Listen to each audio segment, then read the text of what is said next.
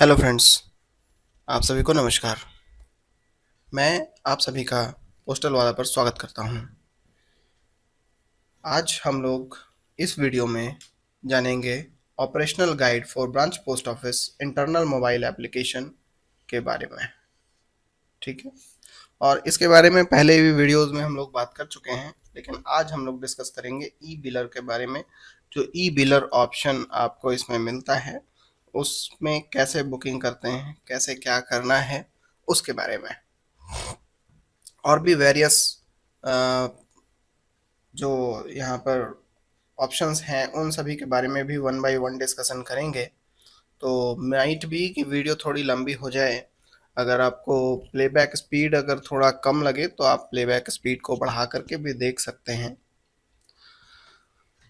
लेकिन पूरी जानकारी के लिए वीडियो को अंत तक ज़रूर देखें। अगर वीडियो इन्फॉर्मेटिव लगे, यूज़फुल लगे, तो अपने ग्रुप में ज़रूर शेयर करें। और अगर आप इस चैनल पर नए हैं तो सब्सक्राइब कर लें, इससे हमें अच्छा महसूस होगा। तो चलिए आगे बढ़ते हैं। ई बिलर ऑप्शन, ई बिलर का जो ऑप्शन है इसमें, तो देखिए यहाँ पर जो आपको ई बिलर का ऑप्शन मिलता है, हम लोग इसमें क्लिक करेंगे। इसमें क्लिक करने के बाद जैसे ही हम नेक्स्ट पेज पर आएंगे तो यहाँ पर आपको बिलर टाइप सेलेक्ट करना होगा। तो कई बार होता है ना कि कुछ बिलर अवेलेबल होते हैं, कुछ बैंक का एग्ज़ाम हो गया या कुछ भी है, तो उसके लिए फीस जमा यहाँ पर होती है ई बिलर ऑप्शन में। तो यहाँ पर जो भी कस्टमर आपके सामने आया है, वो कोई पर्ची वगैरह कुछ तो लेकर आया होगा, तो वो बिलर टाइप वहाँ पर आप सेलेक्ट कर लीजिए कौन सा बिलर टाइप है। बिलर नेम भी आपको उसी के अकॉर्डिंग उसके रिटन डॉक्यूमेंट पर जो लिखा होगा वही बिलर नेम आपको यहाँ पर सेलेक्ट करना है। ड्रॉप डाउन मेनू से यहाँ पर आपको सेलेक्ट करने का ऑप्शन मिल जाएगा। सेलेक्ट बिलर आईडी, सेलेक्टेड बिलर आईडी आपको यहाँ पर दिखाया जाएगा। बिलर आईडी आपके उसके डॉक्यूमेंट से मैच कर लीजिए। उसके बाद जो डॉक्यूमेंट में प्रिंटेड अमाउंट होगा या लिखा हुआ अमाउंट होगा, वो अमाउंट यहाँ पर डालना है। यही कस्टमर आपको पेमेंट भी करेगा। ठीक है, तो जैसे ही आप इसको सबमिट करेंगे नेक्स्ट सबमिट बटन पर, ठीक है, सबमिट बटन पर जैसे ही आप इसको सबमिट करेंगे वो नेक्स्ट स्क्रीन पर चला जाएगा और यहाँ पर ट्रांजैक्शन आईडी ये मिल जाएगी आपको। ठीक है, और अमाउंट उतना जमा हो जाएगा। ठीक है, जब आप मतलब जमा नहीं हो गया है, ये ट्रांजैक्शन आईडी पता नहीं कहाँ से आ रहा है। Transaction ID I don't know कहाँ से आ रहा है, बट ट्रांजैक्शन आईडी तो लास्ट में आना चाहिए था। बट एनी हाउ जब आप चेकआउट करेंगे यहाँ पर, अच्छा वो बिलर आईडी ही है। This is not transaction ID, this is wheeler ID. Anyway, तो वो अमाउंट आपसे कलेक्ट करेगा और मोड ऑफ पेमेंट फिर वही जैसे हम लोग रजिस्ट्री वगैरह में कर रहे थे, कैश या क्यूआर कोड से पेमेंट करना है वो आप सेलेक्ट कर लीजिए। वो जैसे ही पेमेंट में आप क्लिक करेंगे, सेलेक्ट करने के बाद अगर कैश में किया तो कैश सबमिट हो जाएगा। अगर क्यूआर कोड में करते हैं तो क्यूआर कोड खुल करके आएगा, उसको वैलिडेट करना होगा, फिर पेमेंट सक्सेसफुल होगा। तो जब आपको इस प्रकार का स्क्रीन दिखाई पड़ जाए, योर पेमेंट वाज सक्सेसफुल, तो समझ लेना कि ई बिलर बुक हो गया है, मतलब ई बिलर का अमाउंट बुक हो गया है। ठीक है, इसको प्रिंट करना तो आवश्यक है, क्योंकि सामने वाले को आप एक प्रिंटेड रिसिप्ट तो दोगे, है ना। फिर रिसिप्ट में अगर हम देखेंगे क्लिक करके, तो रिसिप्ट डिटेल हमें दिखाई पड़ेगा।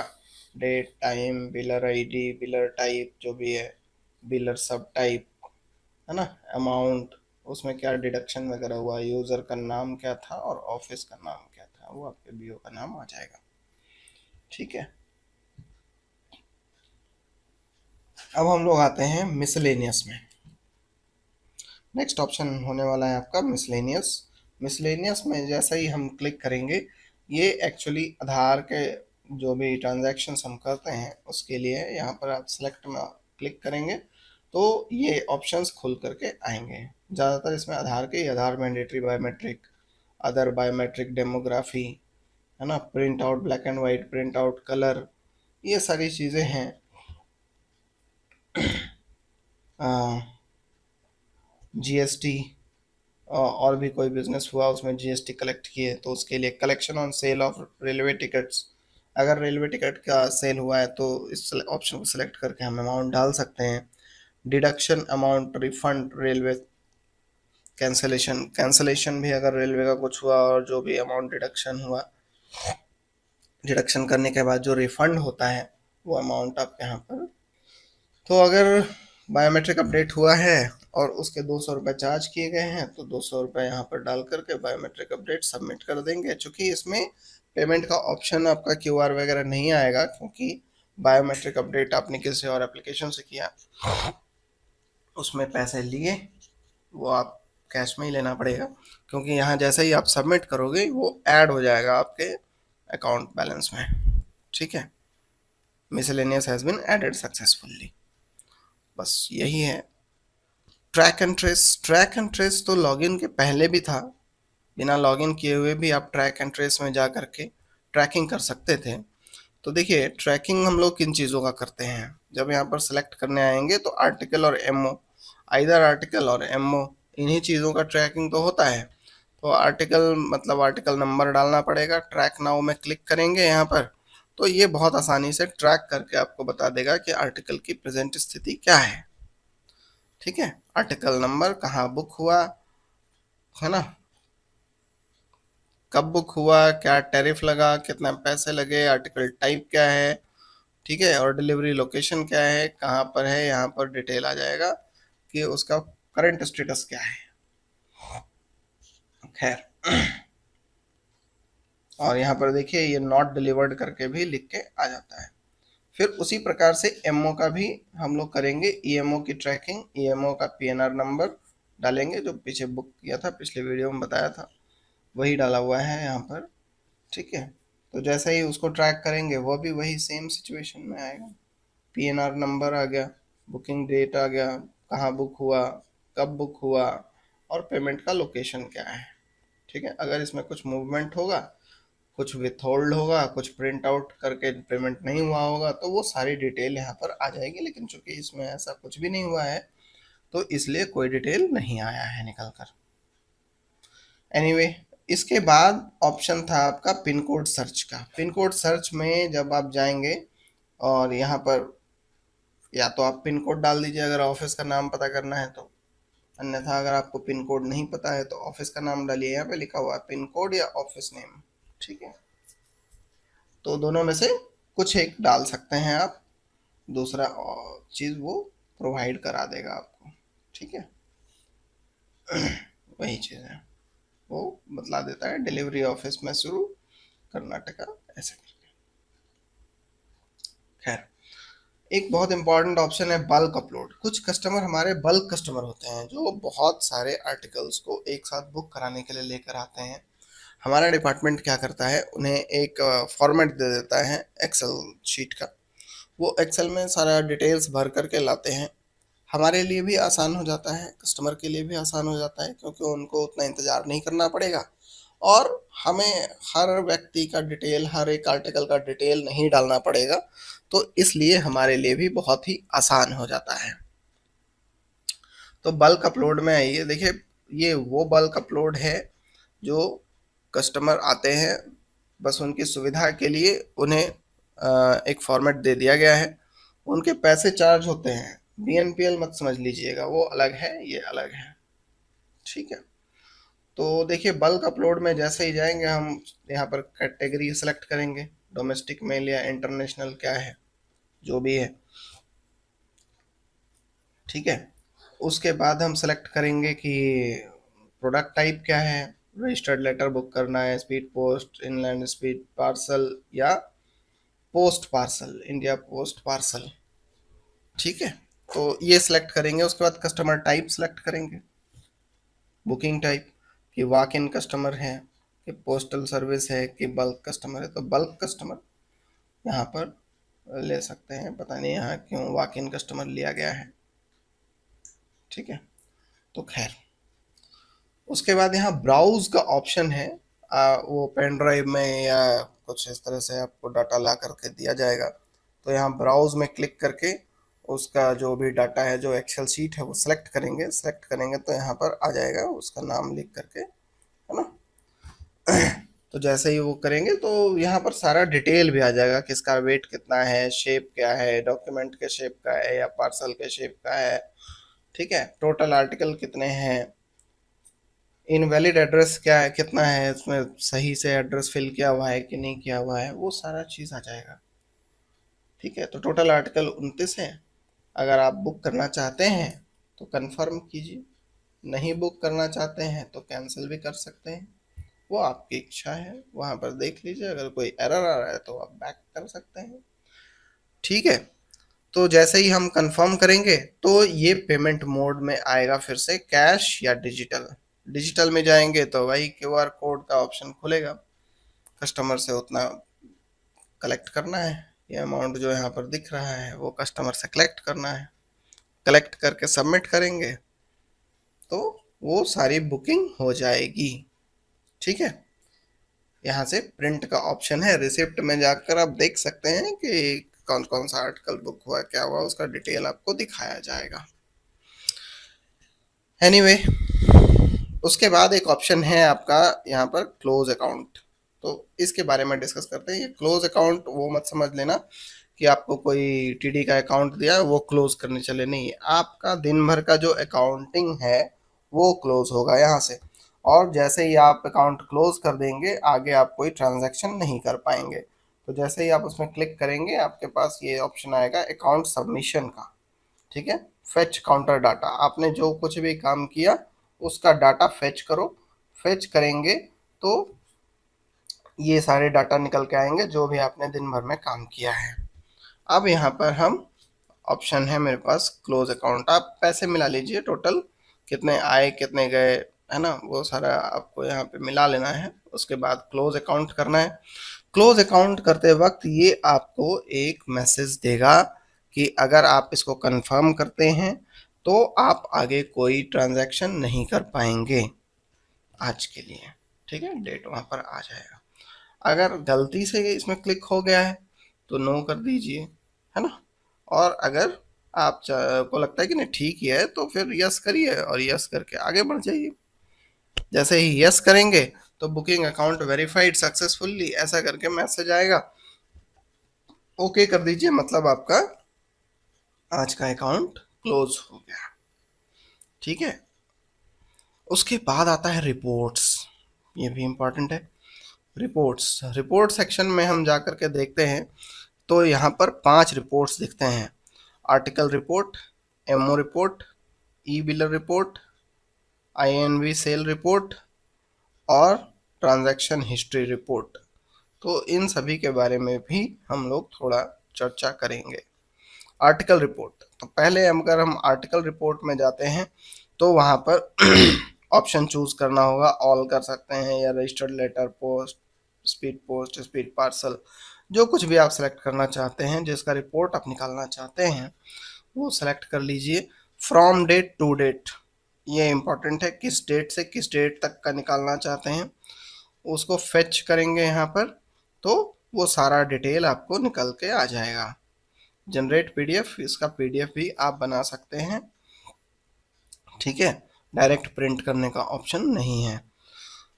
तो इस तरह से बारी बारी से आप हर एक टाइप का जो यहाँ पे था, है ना, रजिस्टर्ड लेटर था, पार्सल था, जो भी था, इन सभी का एक एक करके आप रिपोर्ट निकाल सकते हैं या सभी का इकट्ठा भी रिपोर्ट निकाल सकते हैं, ऑल सेलेक्ट करके। खैर, फिर हम लोग आते हैं एमओ रिपोर्ट में। एमओ रिपोर्ट में जब हम आएंगे तो यहाँ पर फिर प्रोडक्ट टाइप्स वही सिलेक्ट करना होगा, एमओ है या सीओडी रिटेल एमओ है या सीएमएमओ है, जो भी पीएम केयर्स में अगर कुछ गया है तो उन सब का रिपोर्ट आप अलग अलग निकाल सकते हैं। एमओ अगर हम सेलेक्ट करते हैं, डेट रेंज मांगेगा यहाँ पर। ठीक है, ये डेट रेंज दे दिया, उसके बाद ये ऑटोमेटिकली आपको उसका डिटेल प्रोवाइड कर देगा कि इतने तारीख को ये पीएनआर नंबर से एमओ बुकिंग हुई जिसकी वैल्यू ये थी। ठीक है, इसको भी हम एक्सपोर्ट टू पीडीएफ कर सकते हैं। यहाँ पर सिलेक्ट करके एक्सपोर्ट टू पीडीएफ करेंगे तो एक्सपोर्ट हो जाएगा, मतलब पीडीएफ बन जाएगा। खैर ई बिलर का रिपोर्ट फिर वही चीज़ है, from date to date select करेंगे, आपको वो सारा डिटेल मिल जाएगा, कहीं कोई परेशानी ही नहीं है। इन्वेंट्री सेल रिपोर्ट आईएनवी जो था वो इन्वेंट्री सेल रिपोर्ट, मतलब जो भी आपने बेचे हैं, लिफाफा, पोस्टेज स्टैम्प, सर्विस स्टैम्प, जो कुछ भी है जो आप स्टेशनरी आइटम या स्टैम्प्स आइटम जो सेल करते हैं उनका रिपोर्ट, तो उनका रिपोर्ट भी यहाँ से निकाल सकते हैं। फेच करेंगे डेट रेंज डाल करके तो निकल के आ जाएगा। उसके बाद है ट्रांजैक्शन हिस्ट्री रिपोर्ट। ठीक है, ट्रांजैक्शन हिस्ट्री रिपोर्ट मतलब हो सकता है किसी पर्टिकुलर डे का देखना चाह रहे हो, किसी बीच में 3-4 दिन का देखना चाह रहे हो, तो फ्रॉम डेट टू डेट डालेंगे, वो सारा चीज निकल के आ जाएगा कि उस दिन क्या क्या हुआ था। ठीक है, ये बहुत अच्छी चीज है। किसी भी एक दिन का सारा डाटा एक साथ देख सकते हैं। फिर हम लोग आते हैं बैगिंग वाले ऑप्शन पर। ठीक है,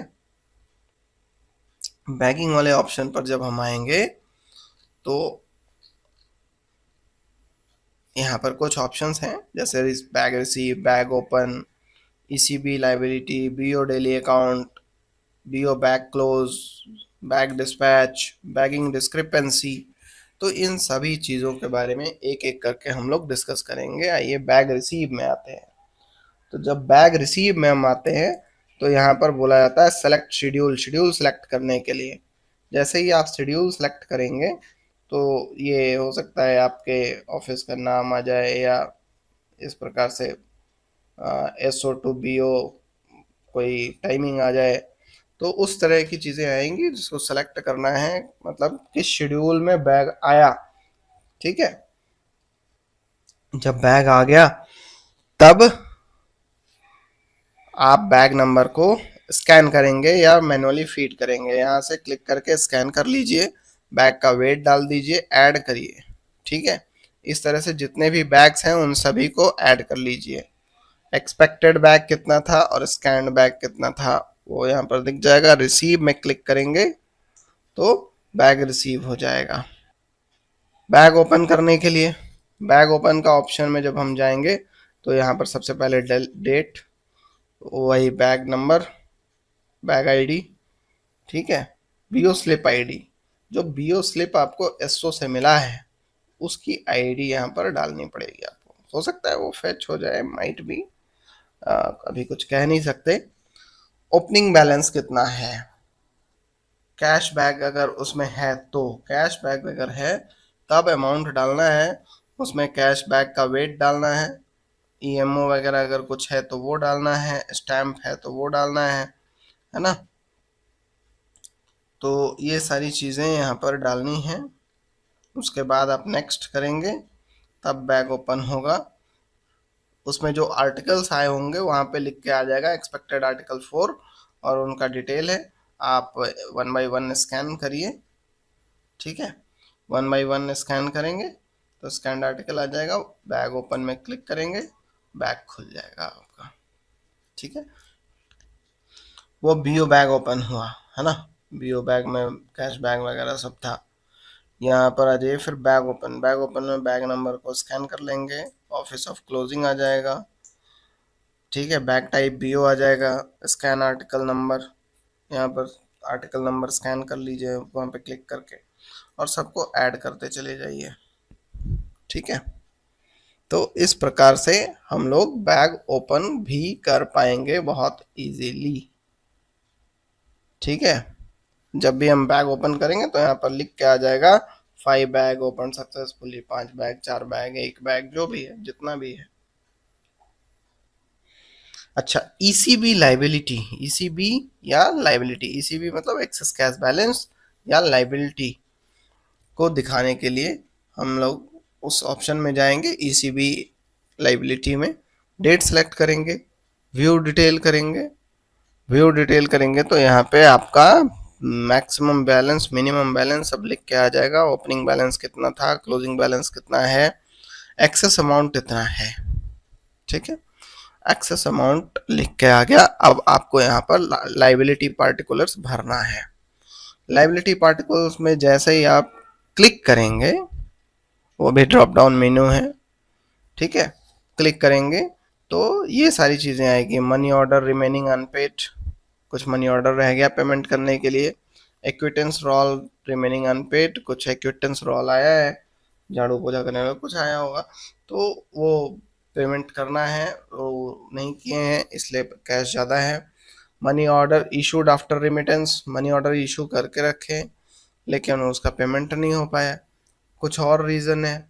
saving bank warrant remaining unpaid, saving bank का कुछ पेमेंट करना है जो अभी पेमेंट नहीं हो पाया है, इसलिए कैश को रखा जा रहा है। तो ये बहुत इम्पॉर्टेंट होता है फ्रेंड्स, क्योंकि ये मोबाइल एप्लीकेशन में ही इनकॉर्पोरेट हो गया तो बहुत बढ़िया है। अदरवाइज ऐसे मैनुअली बनाना पड़ता था। अब देखना पड़ेगा कि मैनुअल वाला जो प्रोसेस है उसको डिसकंटिन्यू किया जाता है या साथ ही साथ डुप्लीकेसी ऑफ वर्क के साथ कंटिन्यू रहेगा, ये तो आने वाले समय में पता चलेगा। आइए डेली अकाउंट ऑप्शन में आते हैं। डेली अकाउंट में आएंगे तो यहाँ पर आप पहले डेट सेलेक्ट करेंगे, जनरेट करेंगे, ठीक है, डेली अकाउंट जनरेट होगा। ये ठीक उसी प्रकार से जनरेट होगा जिस प्रकार से हम लोगों का डेली अकाउंट का फॉर्मेट है, ठीक है, ACG22, तो उसी टाइप से ये प्रिंट होगा। बहुत बढ़िया है, ये तो कुछ भी नहीं लिखना पड़ेगा, सब कुछ वैसे ही 2 पेज में प्रिंट होगा। ये पेज 1 of 2 है ना, तो 2 पेज में ये प्रिंट होगा, प्रिंट करके भेज दीजिए। अब हो सकता है इसके लिए कुछ दूसरा प्रिंटर आए आपके पास, माइट भी, अभी कुछ कहा नहीं जा सकता है। BO bag close, BO bag को क्लोज कैसे करेंगे, यहाँ रिमार्क डालना है, please select document, document select करना है रिमार्क डाल करके। अब डॉक्यूमेंट में क्या क्या हो सकता है आपके पास, एसबी डॉक्यूमेंट हो सकता है, पीएलआई हो सकता है, अदर्स हो सकता है ना। तो अदर्स में अगर सेलेक्ट किया तो उसका डिटेल देना पड़ेगा कि क्या है, तो रिटर्न सीओडी है, एसबी डॉक्यूमेंट में क्या है वो सब डाल दिए, या फेच आर्टिकल करेंगे, ठीक है, यहाँ ऐड कर लेंगे। फेच आर्टिकल करेंगे तो कुछ अगर आर्टिकल आपके पास ऐसा पड़ा हुआ है, फेच आर्टिकल करने के बाद कुछ अगर आर्टिकल आपके पास ऐसा पड़ा हुआ है जिसका पेमेंट नहीं हो पाया, डिलीवरी नहीं हो पाया, तो वो आर्टिकल्स यहाँ पर दिखने लग जाएगा, ठीक है। मतलब सॉरी, यहाँ पर तो दिखेगा सारा आर्टिकल, लेकिन बैग क्लोज कर रहे हैं तो उसमें कौन कौन सा आर्टिकल आप डाल रहे हैं, तो वो बैग नंबर, उन सबको आप पहले सेलेक्ट कर लो, कौन कौन से आर्टिकल को आप बैग में डालना चाहते हैं, और उसके बाद बैग नंबर को यहाँ से स्कैन करिए, बैग का वेट डालिए और सबमिट कर दीजिए, बैग क्लोज हो जाएगा, है ना। बैग क्लोज सक्सेसफुली, बहुत आसान है, मुझे नहीं लगता कि कोई परेशानी है। बैग क्लोज के बाद बैग को डिस्पैच भी करना पड़ता है, तो आइए डिस्पैच भी देख लेते हैं। तो सबसे पहले तो आपको शेड्यूल ही सिलेक्ट करना पड़ेगा कि शेड्यूल क्या है, तो यहाँ बीओ से एसओ जाएगा, यही वाला शेड्यूल होना चाहिए, ठीक है। डेस्टिनेशन ऑफिस नेम, तो यहाँ पर भी ड्रॉप डाउन मेन्यू है, मतलब आप क्लिक करेंगे तो ऑफिस का नेम आ जाएगा। ऑब्वियसली अगर बीओ से कर रहे हैं तो एसओ ही जाएगा, और कहाँ जाएगा। बैग नंबर, जो बैग आपने क्लोज किया उसको डिस्पैच करना है तो उसको फिर से स्कैन कर लो, ठीक है। जैसे ही स्कैन करेंगे यहाँ पर आ जाएगा, ठीक है, बैग का वेट आ गया, फ्रॉम ऑफिस आ गया, वो सारा डिटेल यहाँ पर आ जाएगा। और उसके बाद डिस्पैच में क्लिक करेंगे तो बैग डिस्पैच सक्सेसफुली ऐसा मैसेज आ जाएगा, मतलब बैग डिस्पैच हो गया। बैग डिस्पैच हो गया मतलब काम हो गया। अब बैग के डिस्क्रिपेंसीज के बारे में भी, मतलब एरर मैनेजमेंट करके इसमें भी दिया हुआ है, तो ये भी बढ़िया है। Issue article error, bag error, view error, view भी कर सकते हैं आप एरर को बाद में। We can arise the issues, किन किन चीज़ों के लिए हम लोग इशू यहाँ पर क्रिएट कर सकते हैं। आर्टिकल नॉट रिसीव्ड, कई बार होता है कि आर्टिकल तो 5 मेंशन है, 4 ही आया, या 4 की जगह 6 आ गया, तो 5 की जगह 6 आ गया तो एक्सेस आर्टिकल रिसीव्ड। आर्टिकल मिसेंट, गलती से आ गया भाई, हमारे बीओ से डिलीवर नहीं हो सकता है। आर्टिकल डैमेज, कुछ फटा हुआ आर्टिकल आ गया, टॉर्न कंडीशन में आ गया, प्रोहिबिटेड आइटम आ गया जो नहीं आना चाहिए था डाक में, है ना। पोस्टेज का कुछ इशू है, या एड्रेसी एड्रेस वैनिश्ड, मतलब एड्रेसी का जो एड्रेस है लिखा हुआ उसमें, वो एड्रेस ही गायब हो गया है। अब दिखाई नहीं पड़ रहा है कि किस एड्रेस पर डिलीवर करना है।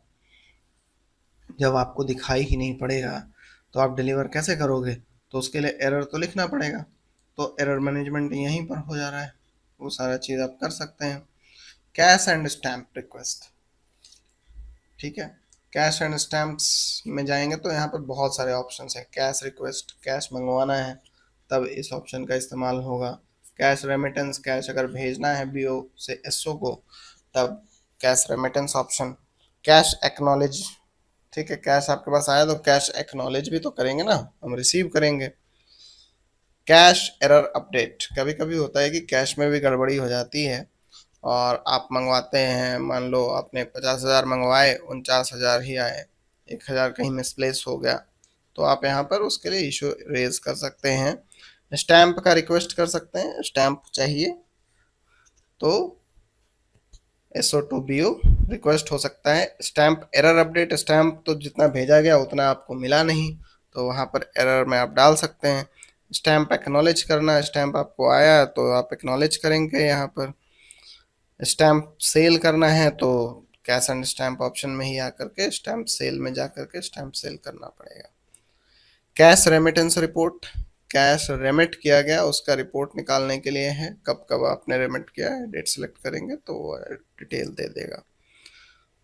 कैश एरर रिपोर्ट, कब कब आपने कैश एरर, कैश में कुछ गड़बड़ी पाया गया उसका रिपोर्टिंग किया है, उसके बारे में है। स्टैम्प बैलेंस, यहाँ से आप स्टैम्प बैलेंस देख सकते हैं, कैश बैलेंस देख सकते हैं। और स्टैम्प रिमिटेंस, स्टैम्प अगर आपके पास ज़्यादा बच गया है तो आप रेमिट भी कर सकते हैं वापस।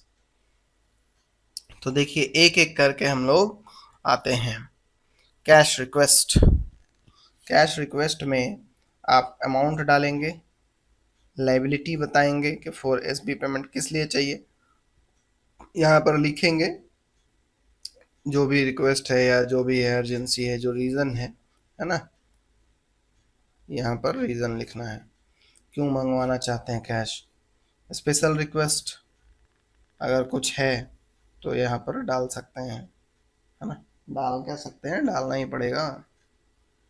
Departmental MMS with MTS in cashback,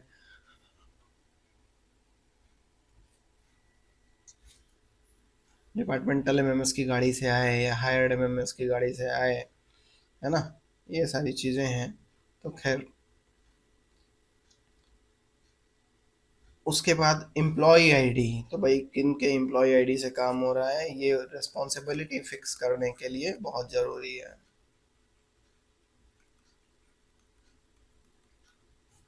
responsibility fix करने के लिए ये बहुत ज़रूरी हो जाता है। एम्प्लॉय ID 2, तो एम्प्लॉय ID 2 मतलब जो कैश लाएगा या लेके जाएगा, मान लो अगर बीओ से हम कैश भेज रहे हैं एसओ को तो कोई तो लेके जाएगा, बीपीएम थोड़े ना लेके जाएगा, तो उसका एम्प्लॉय आईडी यहाँ पर आ जाएगा। ठीक है, सबमिट करेंगे तब are you sure you want to submit request for 50,000, इतना का आप रिक्वेस्ट कर रहे हैं, श्योर है। अगर श्योर हैं तो ठीक है, यस करिए, नहीं तो अगर गलती से क्लिक हो गया है तो नो करके आप बैक हो सकते हैं। ठीक है, यस करेंगे तो रिक्वेस्ट चला गया है। Initiate cash remittance, cash remittance के लिए वही अमाउंट डालेंगे, यहाँ रीज़न लिखेंगे, टू किस ऑफिस को जाना है, कैश डिनोमिनेशन, यहाँ पर क्लिक करेंगे तो कैश डिनोमिनेशन का ऑप्शन आएगा, कैश डिनोमिनेशन डालेंगे। ठीक है, ये कैश डिनोमिनेशन है, आप क्या डालना चाहते हैं वो देख लीजिए। कैश डिनोमिनेशन डालने के बाद सबमिट करेंगे। सबमिट करने के बाद यहाँ नीचे account bag handed over to carrier, carrier को हैंड ओवर कर दिया गया। ठीक है, उसके नीचे एम्प्लॉय आईडी है, ID 1 ID 2। ठीक है, तो ये डाल करके हम सबमिट कर देंगे। सबमिट करेंगे तो फिर वही पूछेगा कि रेमिट कर रहे हैं 30,000, आर यू श्योर? तो यस करेंगे, हो जाएगा, है ना, बहुत आसान है। कैश एक्नॉलेजमेंट, तो देखिए एक्नॉलेज करना पड़ेगा, कैश रिक्वेस्ट किए हैं या रेमिटेंस किए हैं, यही दो ऑप्शन हो सकता है। या तो आपने रिक्वेस्ट किया या रेमिट किया, बीओ से भेजा कैश को, तो दो ऑप्शन हो सकते हैं। तो किसी एक को सेलेक्ट करिए। रिक्वेस्ट को अगर सेलेक्ट किया, मंगवा रहे थे, तो यहाँ पर उसका डिटेल आ जाएगा कि सोर्स ऑफिस क्या है, रिक्वेस्ट डेट क्या है, अमाउंट क्या है ना। डिनोमिनेशन अगर आप यहाँ पे डालना चाहते हैं तो डिनोमिनेशन डाल सकते हैं। एक्नॉलेज में जैसे ही क्लिक करेंगे वो आपके अकाउंट में आ जाएगा।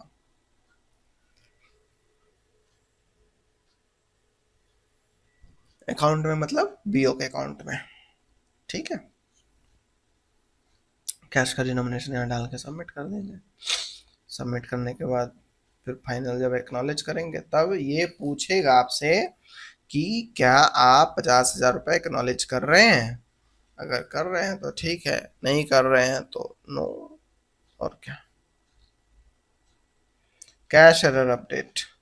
कैश एरर अपडेट में जैसे ही क्लिक करेंगे कैश एरर आ जाएगा। अब आप डेट बताइए, फ्रॉम डेट टू डेट, ये पेंडिंग अगर कुछ है या उसमें कुछ अपडेट करना है तो वो ऑप्शन सेलेक्ट कर लीजिए। उस हिसाब से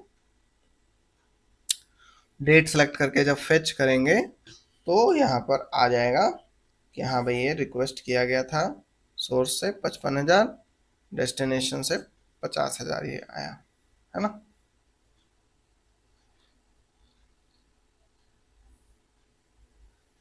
अब अगर डिटेल को अपडेट करना चाहते हैं तो अपडेट में क्लिक करिए, कुछ चेंज करना चाहते हैं तो, है ना। अमाउंट रिसीव्ड वगैरह सब डाल करके अपडेट करेंगे तो अपडेट हो जाएगा।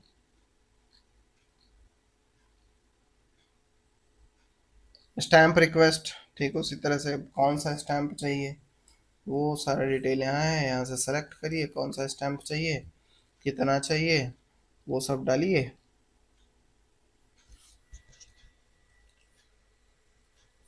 स्टैम्प टाइप सेलेक्ट करिए कि भाई कौन सा स्टैम्प चाहिए, महात्मा गांधी वाला, मतलब जो जो वहाँ पे डला हुआ रहेगा आपके लिए अवेलेबल है उनका ऑप्शन आ जाएगा, वहाँ से सेलेक्ट कर लीजिए, ऐड डिटेल करिएगा तो हो जाएगा।